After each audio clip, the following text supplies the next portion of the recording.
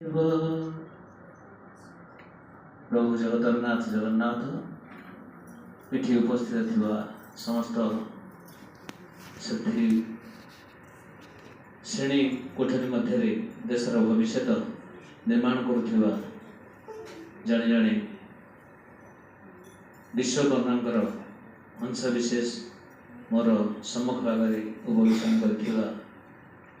समस्त को मोर गुरु रूपे भूमिष्ठ प्रणाम जनाऊँ। आपण अंतर भितर जो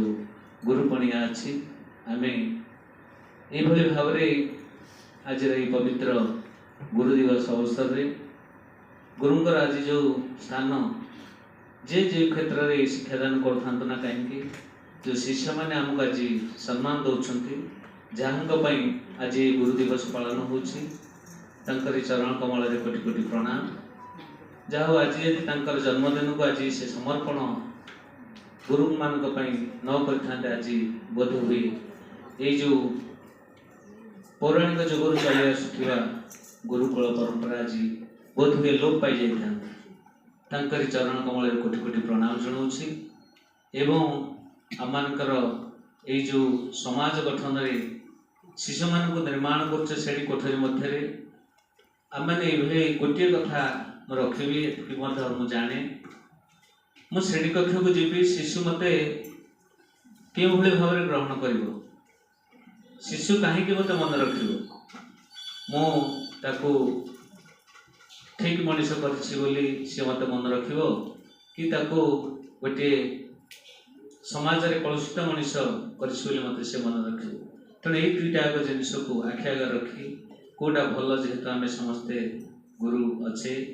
किसी शिष्य मानक आम श्रेणी कोठरी मध्य निर्माण करुचे